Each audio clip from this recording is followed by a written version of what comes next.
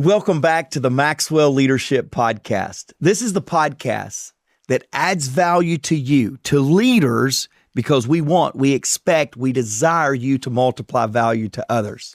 My name is Mark Cole, and I got to be honest with you, today I'm really excited because we're going to begin a two-part series on momentum.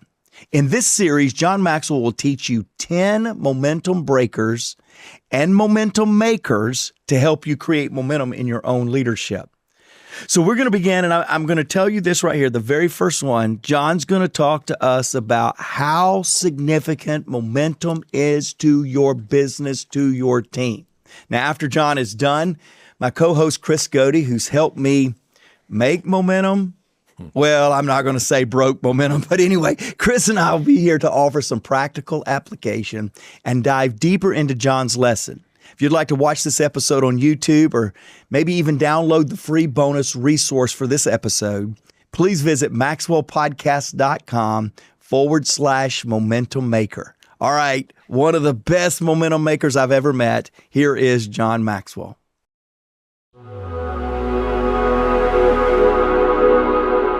Momentum is a leader's best friend.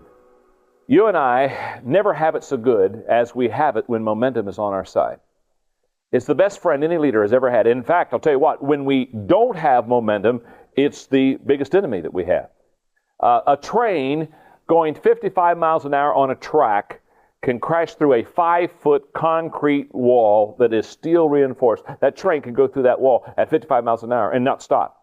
That same train, if it is stopped on the track, if you put a 1-inch block in front of the driving wheel, can never even get going.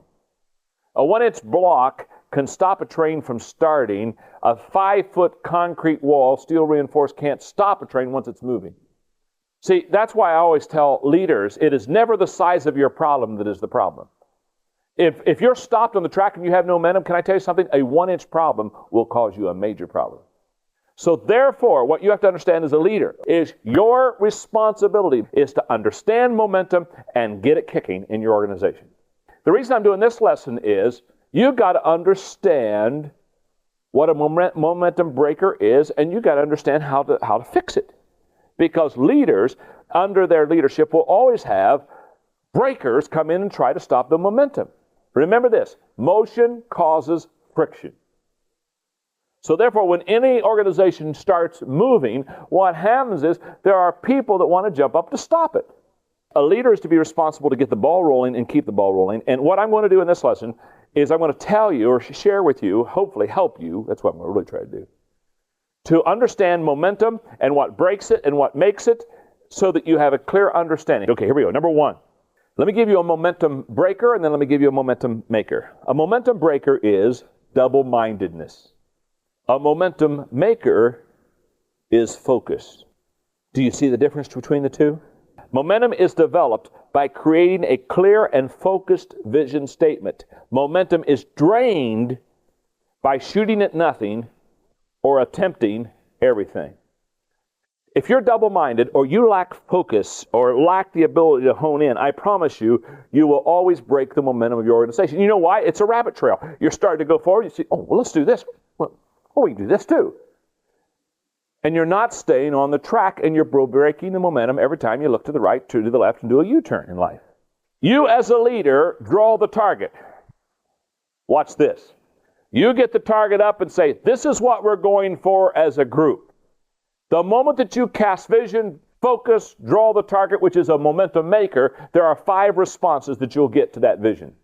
There are what I call in any group, refreshers. Refreshers are people that when you lay out the vision and the dream, they inspire dreams and they invest in them, okay? The second group of people in your group are what I call refiners. Refiners will take your idea and they'll sharpen it and they'll begin to clarify your vision. And that is very healthy to have refiners in your group. You know what the refiners will do? The refiners will take your idea and make it a better idea. Then the third type of person you have in every group is reflectors. They don't create energy, nor do they detract from your vision. You know what I call them? They're kind of what I call mirror people. They'll reflect back to you what you just put into it. The energy that you put in is the energy they give back. The fourth group is what I call the reducers. They'll reduce your vision to their comfort zone. Their goal when you put out the dream is to make that dream a lot smaller so it fits their comfort zone. Remember this, your goal as a leader is never to live in someone else's comfort zone. Your goal is to get them out of that comfort zone, because great accomplishments are never great in a person's comfort zone. The last group, you got refreshers, refiners, reflectors, reducers. The last one probably will start with an R2, don't you think? Rejectors. You'll have people that will never buy into the dream. In fact, what you know what they do? They drain the dream. What their goal is to suck out every good idea that you ever had and reduce it to a fair idea. Now, what you always got to understand is you'll have them in every group, but unless you allow them to get to your inner being, they'll never drain your dream. Okay, number 2, momentum breaker. Let me give you another example of a momentum breaker. The past is a momentum breaker. A momentum maker is the future. All I'm asking you is, where are you living? Are you living yesterday? Or are you living tomorrow? Momentum is developed by pointing to a better day ahead picture, and momentum is drained by looking back to what might have been. The third momentum breaker is individual. And the momentum maker, write the word team. I learned a long time ago, if you want to break momentum, do it on your own. But if you want to make momentum, do it with someone else. Momentum is developed when everyone pulls together, and momentum is drained when everyone pulls apart. And the true measure of a leader is not getting people to work, and the true measure of a leader is not getting people to work hard. The true measure of a leader is getting people to work hard together. That's the key. The level of our celebration on the team is determined by the level of our participation. We celebrate to the level that we participate. That's why those who participate the most celebrate the most. Isn't that right?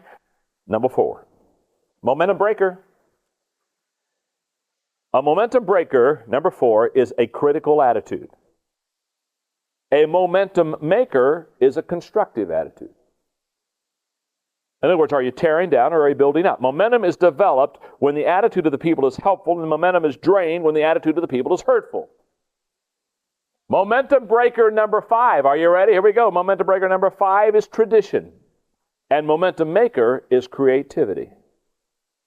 Momentum is developed when creativity is placed high in the organization's priority list, and momentum is drained when tradition is placed high in the organization's priority list.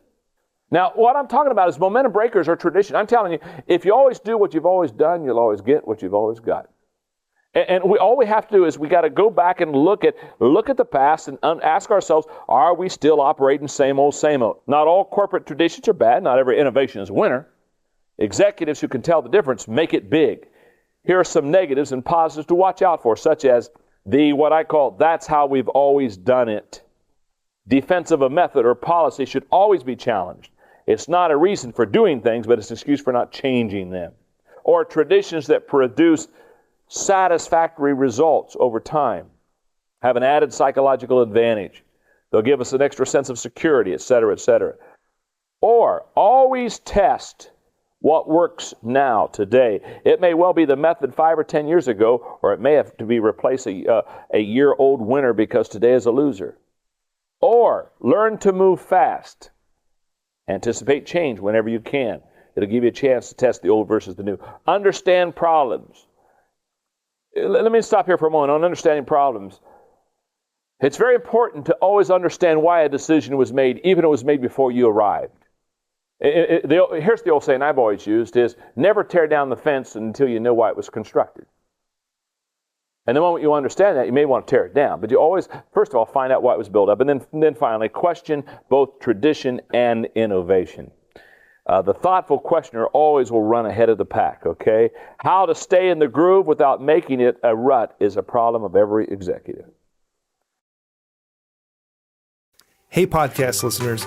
Many of you listening right now would probably love the autonomy that comes with owning your own business or becoming a coach that helps other businesses succeed. Well, we have a phenomenal strategy where you are 100% in control of your own business, earning income on your own terms, and have access to the people, tools, and resources you need to build a thriving leadership development business. When you become a Maxwell Leadership Certified Team member, you join a global community of entrepreneurs led by our expert team of mentors and faculty, including John C. Maxwell. You'll also get one of the top leadership certifications in the world next to your name, giving you the boost you need to get started. Visit us online at maxwellleadership.com/join the team to find out more. Hey, welcome back. I love our team always gives us one of these standout statements, and I mentioned it in the introduction to the lesson. Momentum is key, but what John says is momentum is a leader's best friend.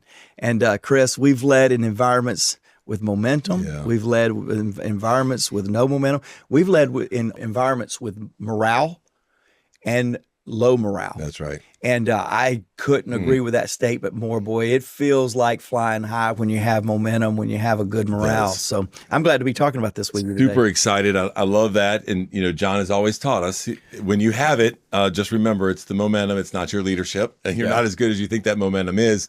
And then also the other side of that, right? When we're grinding and things are tough, it may have something to do with your leadership, but it's not a direct of all of your leadership, right? But momentum is your best friend. I love what you said. One of the greatest momentum makers that we've had the privilege to be around is John Maxwell. That's the truth. We're going to talk about a lot of these things in this lesson about how you create and make momentum. And you and I can go back and see so many examples of him living this out. And so I'm super excited to dive into this with you in regards to momentum. Well, I want to start here.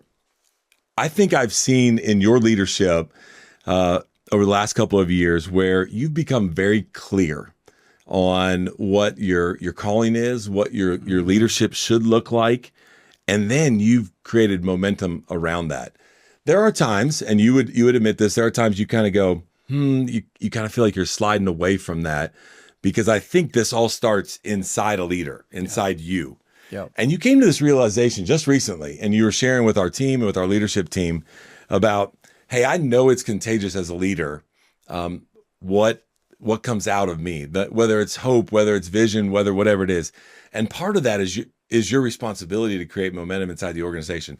What I want you to do is I want you to react to that, because there are two different feelings: how you felt about 12 months ago through some of the things we were working through, to maybe how you felt the first 6 months. Because if I sit back and look at your leadership, I go, man, that is a difference of Mark Cole leading with momentum, creating momentum, versus, hey, we're just hanging on, right? We're in the valley. So talk a little bit about that from your leadership perspective on how that feels as a leader. How did you create it? How did you change it? Like, let's just start right there and just tell those that are listening or watching that experience that you went through the last couple of months. What I love about this is it was about 5 weeks ago, Chris. I met with our leadership team. That was like one day after John and I did this call together with only 50 people, and you have all this access to John.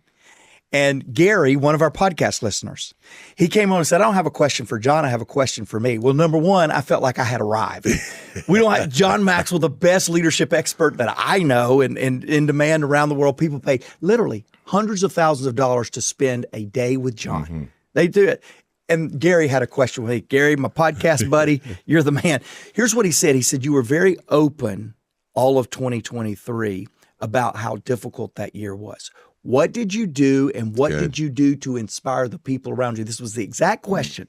What did you do, and what type of people did you put around you to change the trajectory of momentum? And so we're going to get into that today. And you just kind of set that up. You weren't even on that environment, and Gary asked that question. I'll tell you just from both sides, which is what you asked me. I believe, for me, the fruit that my leadership received during the difficult time when it didn't feel like momentum is really what makes the momentum that I'm starting to feel with our team that much greater. Makes sense. I also believe that I will be a better steward I will be more responsible with the momentum as I'm seeing it pick back up in the organization. I've had some great leaders that's done some great things. You know this, Chris. John has invited us into his circle of influence, and we've met some brilliant leaders that's done some great things. The more I talk to them, the more I hear how much they appreciate the times where their momentum was broken and the reigniting of broken momentum. So for all of our podcast listeners that's listening today, first thing I want to tell you, we're getting ready to spend 2 weeks with you talking about the reality that there are momentum makers, there are momentum breakers, and all of us seasoned leaders. I'm more seasoned now, Chris. Yeah. All of us seasoned leaders have been through times to where we have had broken momentum, and we've had times where momentum was happening. We're going, how is this happening, and why didn't it happen a long time ago? Right. That is normal. That is okay.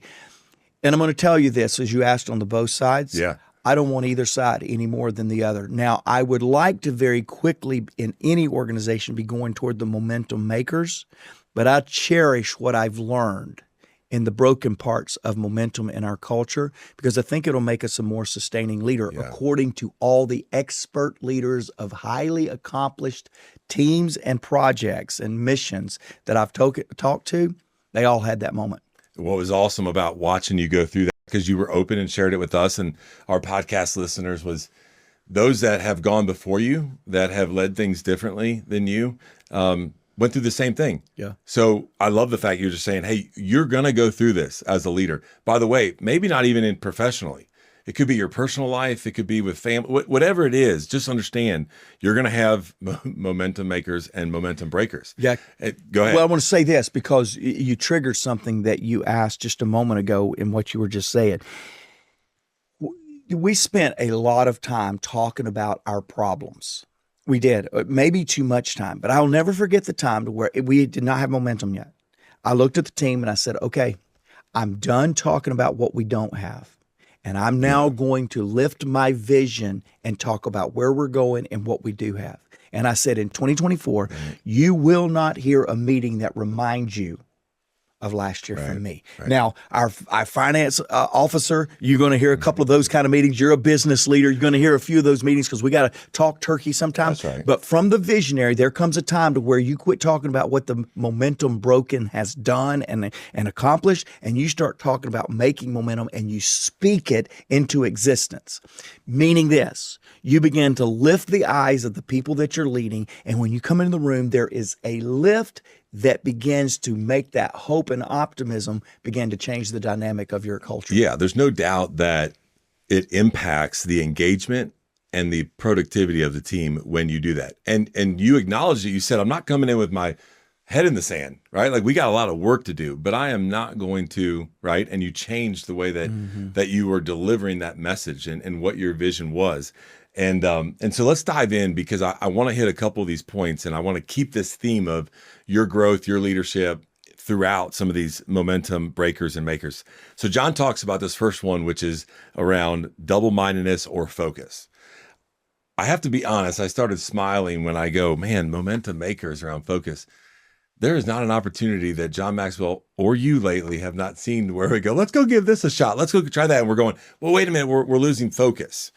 But when you step back and you look at it, and I started thinking about this lesson as I was preparing for our time together, I thought, oh, no, wait a minute. The focus is around what John and Mark are very clear about where we're going. So when you get focused, it allows you to have this clarity and the direction.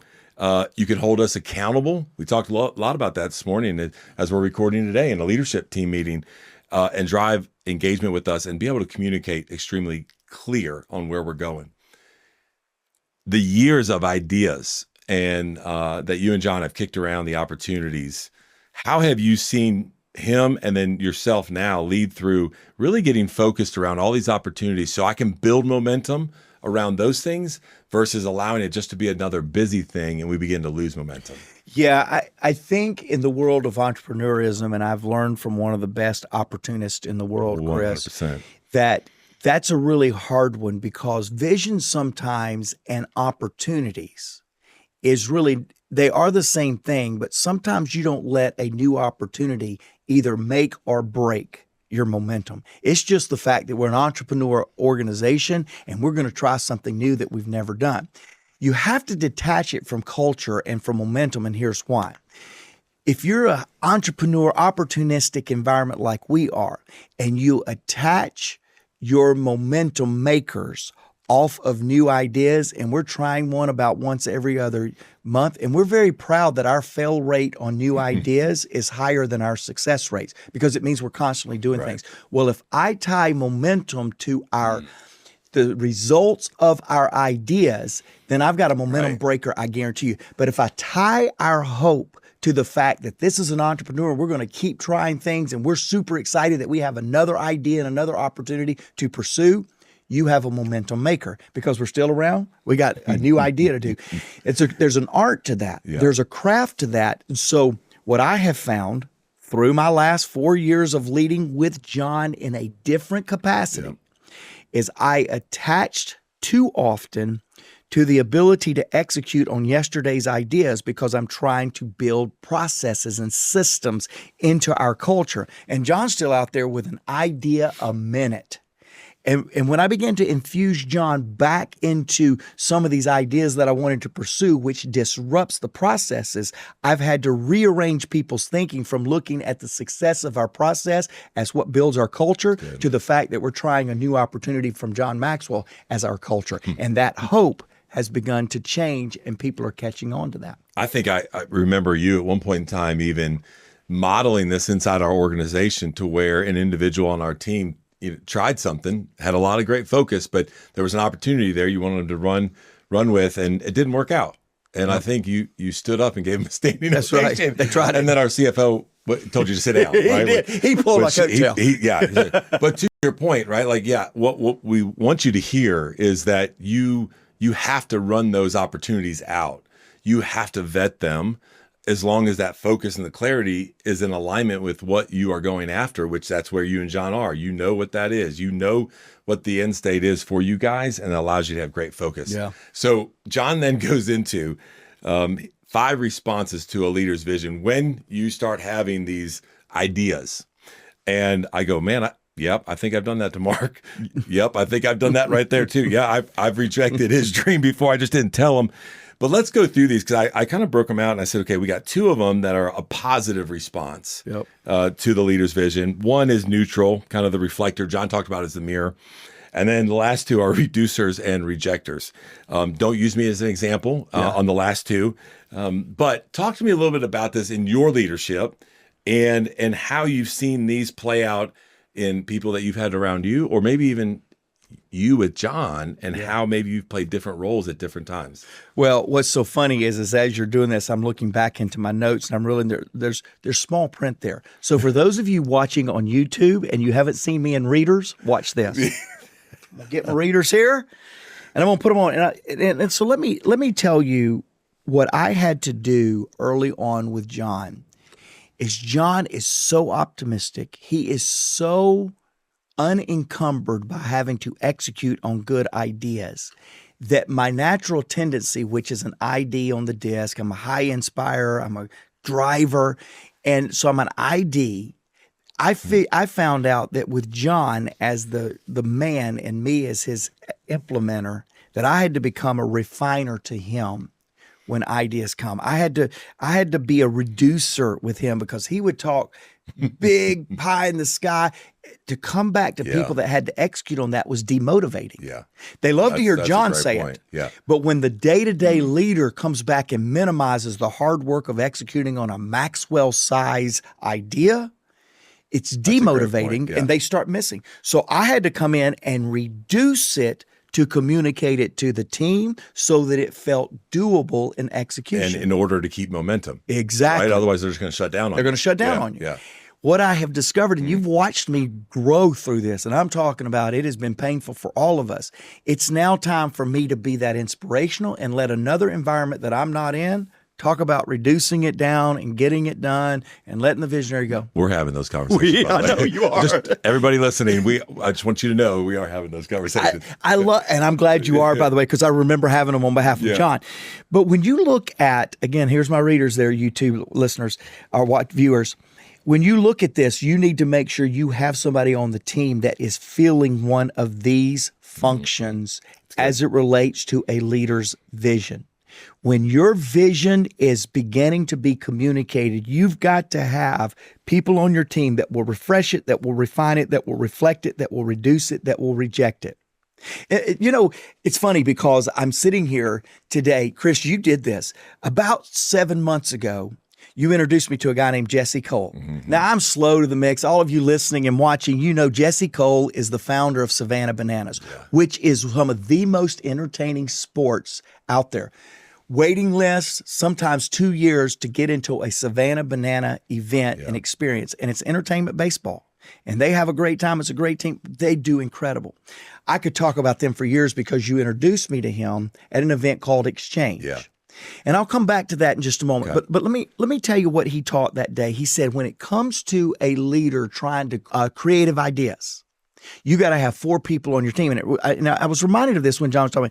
And this is Jesse Cole, so go check him out. I was introduced to him because of an event that Chris does, and it's called, you got to have a care team, CARE. You got to have a creator, you got to have an advancer, you got to have a refiner, and you got to have an executor. And if you let an executor get into a conversation too soon with a creative idea, you will kill it before it's ever had a chance to draw its first breath. Yep. So Jesse went through this incredible thing. It's in one of his books. I promise you, pick it up. You will love it. That we've got to have creators, advancers, refiners, and executors on our team. I think that's true with vision too. Yeah. I think we have to get somebody that can create on that vision. They can go say, oh, that's the vision. Let me go get creative with that vision. You got to have people that'll advance it. They're just repeaters. I talked to one of mine and your friends, our co-leaders today, and I said, hey, just go repeat it. Just go repeat it. That's all I want you to do. Just repeat it. And by the way, when he repeats it, all you people like it that he repeated it. And then the third thing is a refiner. Mm-hmm. Get somebody that'll tighten it up for you. Because all of us out there seeing squirrels every tree and seeing all these great ideas, you're killing us if you don't get a refiner on your team. Yeah. And then get somebody that can execute it. I'm going to tell you this right here, and we could talk about that all day, but I'm going to tell you what Jesse Cole taught me. With truly, he's revolutionizing entertainment and sports. He's revolutionizing. And you introduced me to that, and I'm just going to tell you, it made me think in an incredible way. In fact, I was telling you right before recording that, Chris, what you do at these exchange events challenges me as a leader. And I'm just going to ask you, podcast family, what are you doing in 2024? You still got about 5 months. What are you doing to challenge your creativity, your vision, and your team building around creativity and vision? One of the things that we do every single year, we're doing it again this year in November in Austin, Texas. I promise you, you will never see Austin, Texas the same again. Right. I will never see it because I'm coming, and every year you incredibly challenge me with this exchange event. Can you give us like 1 or 2 quick things that you're doing in exchange this year that will challenge us? Yeah, I would love to. The first thing is everybody loves the amount of time that they get to spend with you and John. It's 2.5 days in a small group, businessmen and women exchanging ideas and thoughts. And so John's challenge to us always is, hey, I want them to experience something with us that they couldn't do on their own. That's our challenge every year for our team. And so this year will be the same in Austin, Texas. I'll go ahead and give you a couple of our speakers we have lined up, maybe an experience or two. We're going to have Kendra Scott. She's from Austin. Love that. She changed her plans to be a part of what we're doing. She did? Changed her plans. Hey, you know why that is, podcast family? Because she came on this podcast and loved talking to you. And I promise you, what Kendra Scott has done to be a woman leader that has revolutionized an industry and dealt with challenges that should have stopped her is inspiring for all of us. And has set many, many entrepreneurs on their way to success. We're going to have some of them there. Good. Some of their products. You're going to see another one changing kind of, you can kind of say the word change around exchange this year, and I'll be quick because what's what we're talking about, leading through change. A guy by the name of Daryl Eves, right? He is a YouTube expert. He's in the space of, man, how do I figure online strategy for your business? And by the way, he's partnered with a gentleman that has changed some of the directing and producing arena right now, Dallas Jenkins, who they both are doing The Chosen. Wow. So we're going to have them there with us, with you and John. We're going to do a Dallas traditional... Jenkins is going to be there, who founded this, created it. It was for The Chosen. Come on. And Daryl took his strategy and YouTube part and helped promote it to be what it is today. So we're going to talk about that from a business and how do you use that. And then we're going to do a traditional Austin Ranch experience. And that's all I'm going to say about it. Okay. But I know Jake's going to put the link in the show notes and all that kind of stuff. That's not why we're here. But it did come out of this model with CARE, because that's what we do at Exchange. And so I do appreciate you. It's one of my favorite events of the year. It's one of the best things we've done. We've been doing it for 20 years. And let me remind you guys, you are getting 2.5 days of direct access to John and yours truly, me and Chris. We'll see how that plays out. You want to be a part of this with the creativity. We limit it to about 110, 120 people that will come in. You'll have a lot of access. You'll meet a lot of people. You need to go check it out. It'll be in the show notes. Now let's get back to this right here. You want to say one thing on it? Not on Exchange. I want to go back to where you're just going, because I want to talk about what you brought this out about Jesse. And I want you to talk about your leadership real quick and to where I've seen you play different roles. It's interesting. I was thinking about this as you were just talking about. I was like, I think we can all play different roles at different seasons of our life, different times of a project for a leader, depending on your skill set and where you naturally fall. You may do one more than the other. But when you look at your leadership right now and where you're at, right, I've now seen you create more than in the past. That makes sense, right? Because of John, the passing baton, where John used to create everything and you would come along, to your point, and you would advance it, and then you would figure out, how do I refine it? And then, oh, by the way, we're going to execute on it. Right now, where do you find yourself in your leadership sitting most of the time? When Mark Cole is sitting down, right, with his Remarkable, and we're thinking on the business, by the way, we should be thinking more on it than in it. Where do you go naturally as a leader? And then what do you think about during that time? So John is still extremely active in the vision and opportunity and creating opportunity. And so I continue to find myself trying to get myself out of the refining. Is this possible? Is this okay role? I've worked very diligently, and you know this. You and Reggie and others on our team has freed me up. I've worked diligently to unencumber my ideas from, can this really happen? And a creator does not need to be stymied with, can this happen? They need to be challenged with, what's going to happen when this does happen? And it's a different mindset. And so I'm in an in-between stage as I answer that question. I am getting better at creativity. You guys are giving me flexibility around the operational components of the organization to get better at that. But I will tell you this, and this was an incredible compliment. It's not going to sound like it, but it's how John and I talk very candidly. He said, Mark, there was a time, he told me this just 24 hours ago from recording today. He said, Mark, there was a time that I went, he's never going to be able to build. He's going to always have to partner with somebody to build. And I went, oh, that's nice. He's always talked about how he loves builders, I guess he's tolerating me. And that's not at all what John was saying. But he said, the last 4 to 6 weeks, I've watched you start engaging in things from a possibility standpoint than a probability, or even from a probably not. And he said, I sit here the other day and I went, I think Mark has the makings of learning how to do that. Now, I don't know that I'll ever be as good of a builder as John, don't even want to be, but I do want to develop that within me. And it was very encouraging. But I'm having to unencumber a lot of thinking that I've had as John's implementer to become Maxwell Leadership's creator. And it is a lot of challenges. I'm still going to get people that'll think bigger, better, and faster than me. But I'm really thankful for that, because my point in even saying that to all of us, Chris, is you might go, man, I could never think like that. I'm designed this way. No, you can. You can hone your gifts and talent. And I think it's just like, to your point, it's going to be hard work, and you're going to have to work through it. But there's going to be different seasons, and I see you making that transition. And I know that that meant a lot for John to say that to you, because that's your calling, and that's where we're at. Now, listen, we spent a lot of time on point number 1. I loved it. We often get in trouble by Jake because we go long on these podcasts, and so that's it for today. No, I'm just kidding. We do want to go one more, but the reason Mark and I wanted to stay right here at Focus, and I think John intentionally had this first. He did. This is where it starts right here, man. You've got to be focused to create momentum. You got to be focused on the small things, and then it leads to big things. You got to stay focused on the momentum so that as a leader, you know what's going on there. But I want to come to the fourth item that he gave us today around the momentum breaker of having a critical attitude versus, man, if you have a constructive attitude, that is going to create momentum. when I say critical attitude, that almost repels our DNA, right? Like, Right. I'm like, no, we can't have that at Maxwell Leadership. We've just grown up in a culture where that's not really accepted. Now, we want to hear your feedback. We want to have tough conversations. We want it to be constructive, not critical. And you and John, I know, have been talking a lot to leaders around organizations and around the world about how the attribute of being coachable and taking responsibility is something that every leader should think about. Yep. And when you have that, I would say that creates momentum, because that goes directly to being able to have a constructive attitude, be able to receive constructive feedback. How do I get better? And again, we were just talking about earlier today about that, being able to take accountability and responsibility. Tell us a little bit about this attribute to where you and John are now, and you're having leadership conversations, and how you see that in other leaders, other organizations, maybe yourself, in creating momentum in what you're doing. Boy, I just wish we could do a whole podcast on this because it's so fresh on my mind.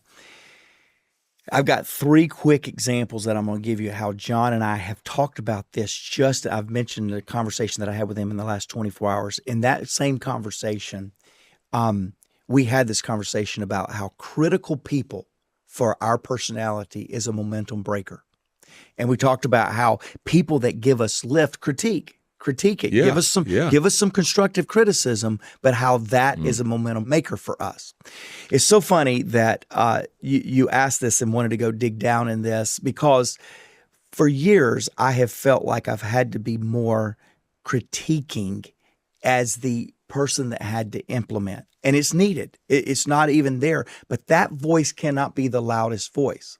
If you would ask most anybody throughout my entire life, they would go, Mark, you're so positive. Thanks for inspiring us. I've heard that a lot throughout my life. In fact, it matches to my life purpose. I exist to motivate and inspire people to reach their full potential.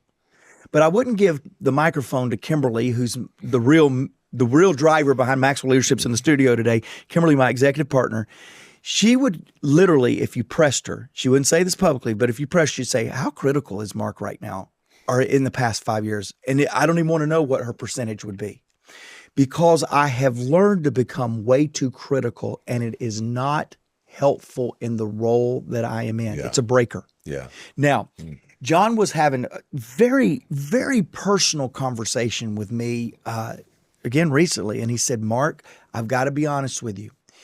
When people are critical of what I have done or critical of what is possible, it breaks my momentum at a personal level. I have to work really hard when people are critical. He said, but boy, when I get around somebody that gives me constructive criticism that I can go to work on, it is energizing to me. Here's how he said it. He said, Mark, I never get concerned of what I don't know and what I will find out when I do know. He said, what I get concerned about is when I'm not pursuing finding out. Wow. It blew me away, Chris. That's great. You've never heard him say that. I'd never. never heard him say that, No. but it's exactly true. But how I find out is not through criticism. I find out through constructive attitude that keeps encouraging me to keep finding it out. And yet I've become, in some cases, the personality that doesn't even feed me. Yeah.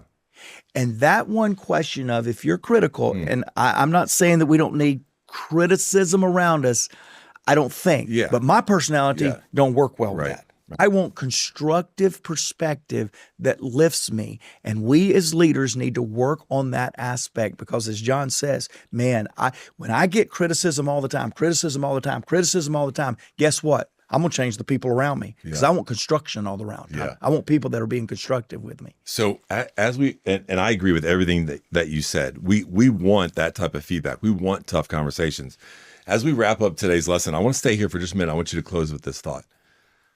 I was sitting here listening to you, and I was thinking about the difference between being critical and being constructive. And I was having this image of critical being a one-way conversation where I'm telling you this, I'm telling you that, and I'm being very negative in a way. And then I remove myself from that situation.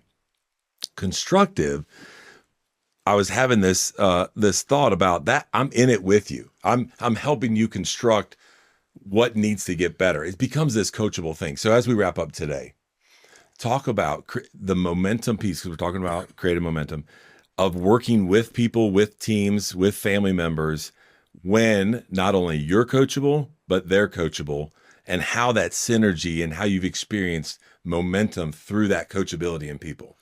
Yeah, I do think it's both. Both people have to come with a desire to construct something, to build something, build something.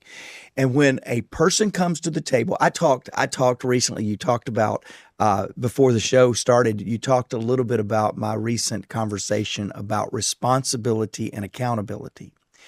And I have found that oftentimes we will come into a room and we won't hold ourselves accountable for 5 or 6 phases or reasons that we go through to where somebody can really be constructive with us.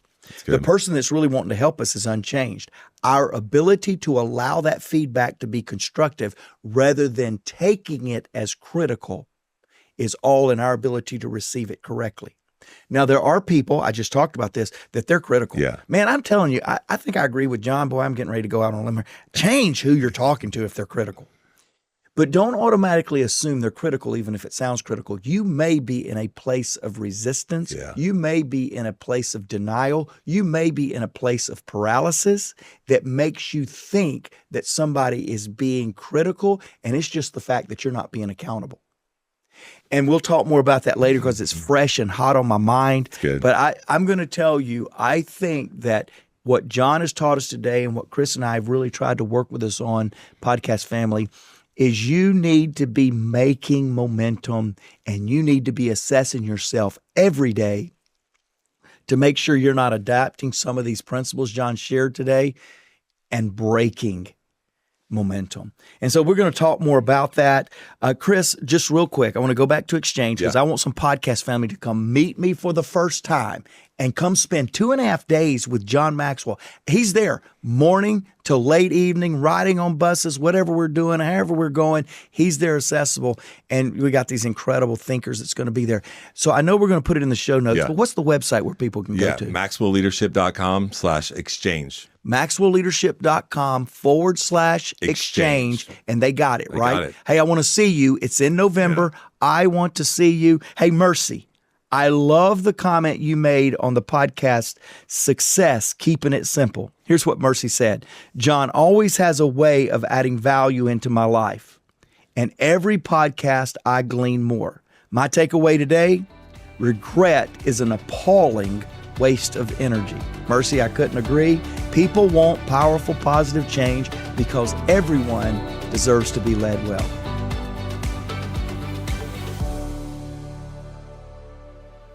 Are you ready to elevate your leadership to new heights?